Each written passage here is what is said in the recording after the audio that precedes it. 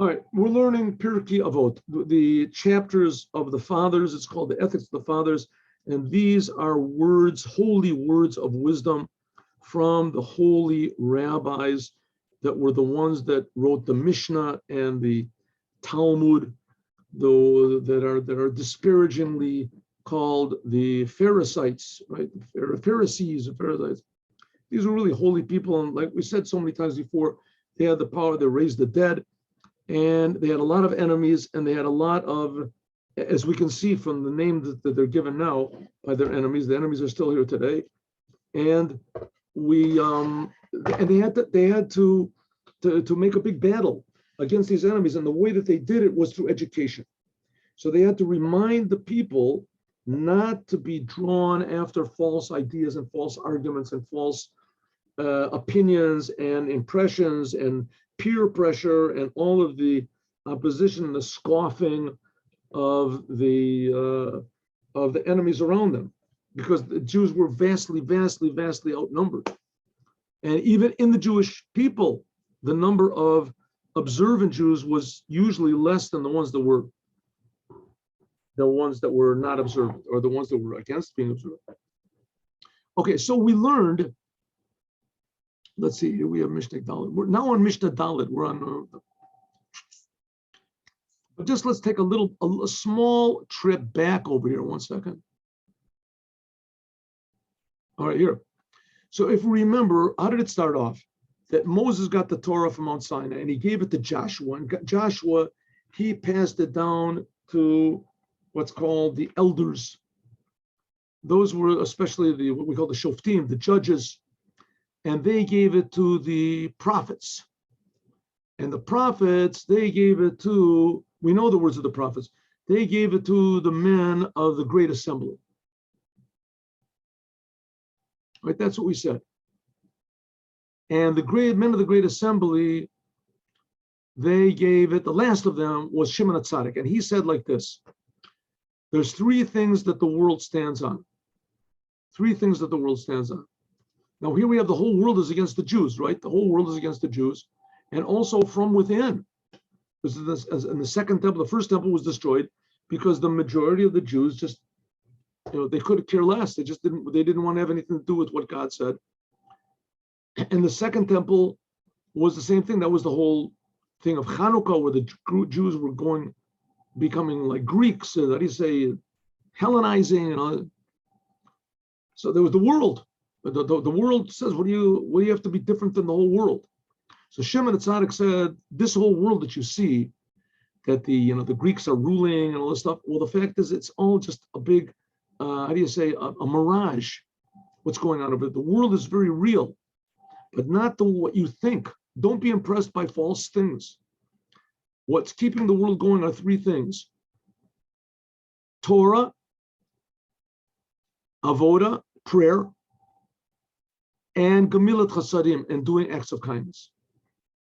And now the pupils are going to explain ways that encourage and facilitate learning Torah, prayer, and doing acts of kindness. Not in that order, we'll see.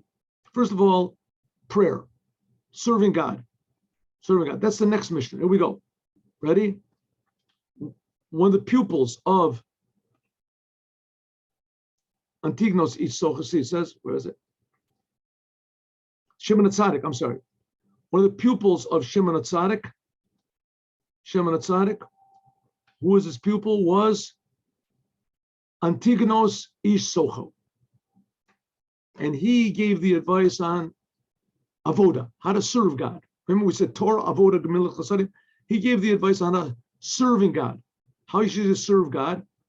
You should serve God not in order to receive reward. Don't think about yourself. The way of serving God is think only about how good God is, how wonderful God is, how powerful God is, how much you owe God, how you owe him everything, how God loves you, he cares about you. You should serve God from love, but also you should have fear.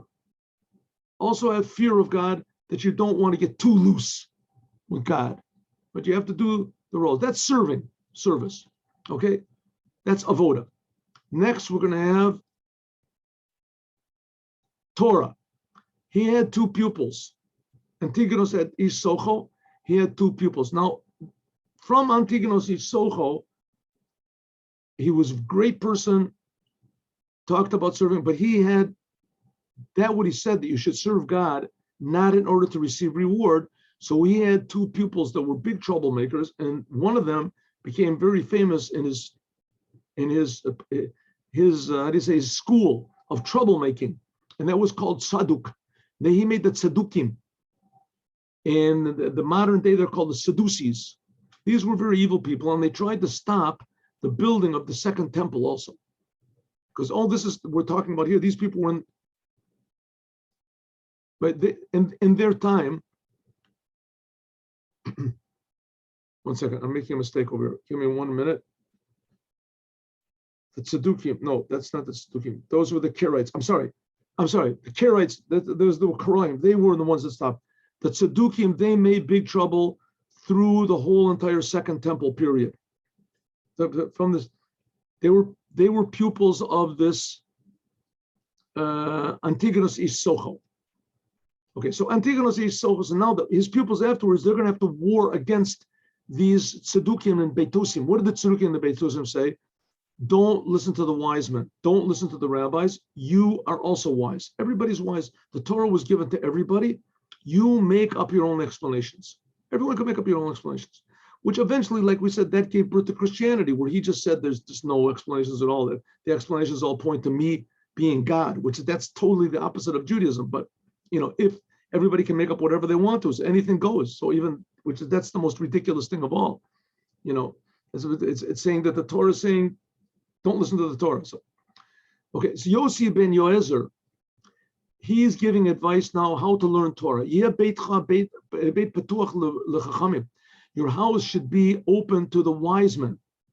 So Antigonus Ish Socho, he gave advice on how to serve God. You should only think about God. And Yossi ben Yoezer, he gave advice on how to learn Torah. We said Torah, Avoda, and Gemilas Chasadim. So there was Avoda, here's Torah. Your house should be open to the wise men, and you should cling to the dirt on their feet. In other words, go after them everywhere in order to, wherever they go, you should go after them. The people who are genuinely wise, because that's what they did to their rabbis. They have a shosa b'tzama at Divrayim. And when you learn Torah, it should be with thirst. That you're thirsty for the knowledge that they have. Ask them questions, draw from them, desire. Like a person wants water, you're thirsty, so you ask. Okay, now to today's lesson. And this is the last one, because these people were pupils of, and directly of Shimon HaTzadik.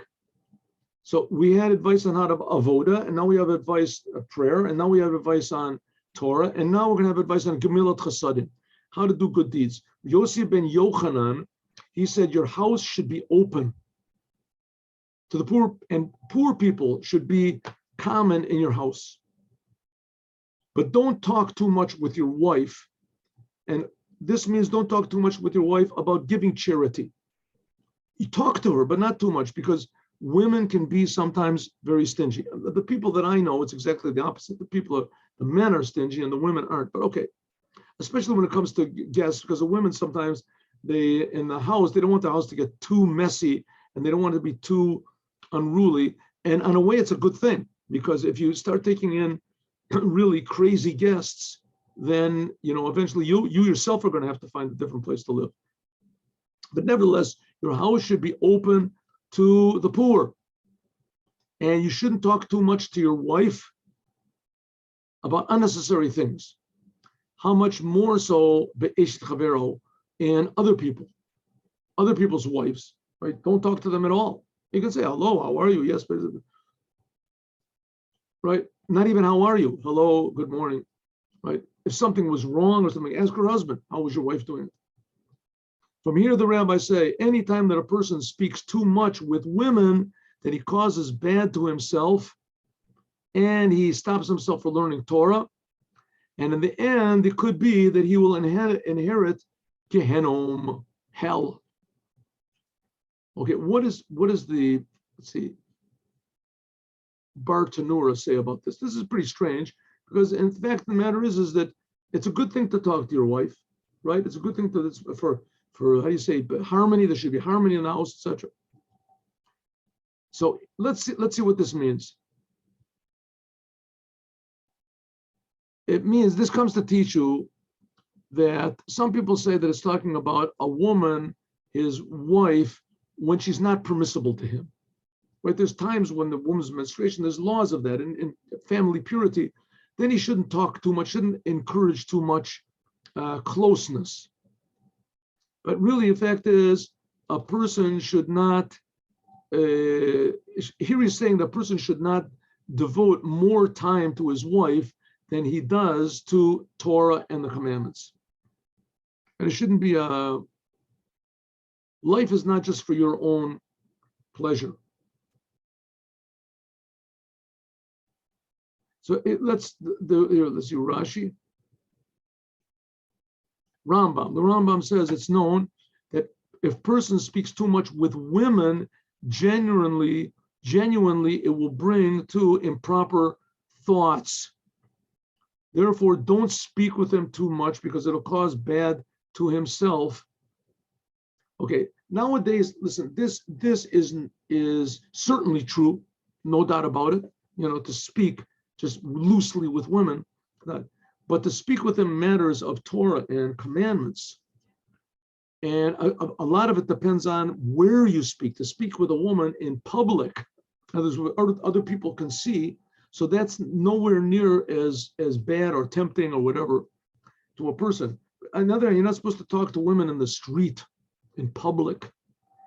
But I remember the first time I was by the Rebbe, so I saw Rabbi Groner, of blessed memory, and I saw that he was talking to women. I was very, very surprised. I was very amazed, that he was talking to women. And then I thought, how stupid I am, really, because these were women that had usually big problems. They wanted to know what the Rebbe had to say. This was only talking about matters that dealt with improving a person's life, improving the observance of Torah and commandments. And a lot of times it dealt with, matters of life and death. So therefore I decided, it's very nice. If I want to judge, I should judge myself and not to judge other people. But generally, to cut down meaningless talk with everybody, and for sure to avoid it totally with women. Don't joke around with women. Don't, speak meaningless talk, empty talk with women. In general, it's not a good thing. But with women, it could bring to something really not nice. This is the fourth Mishnah of Pirki Avot. Fourth Mishnah of your house should be open to poor people, and poor people should be common in your home. Have a good day with Mashiach. Now, God willing, tomorrow is Friday. We will learn a Sikh of the Rebbe at 8:15 in the morning.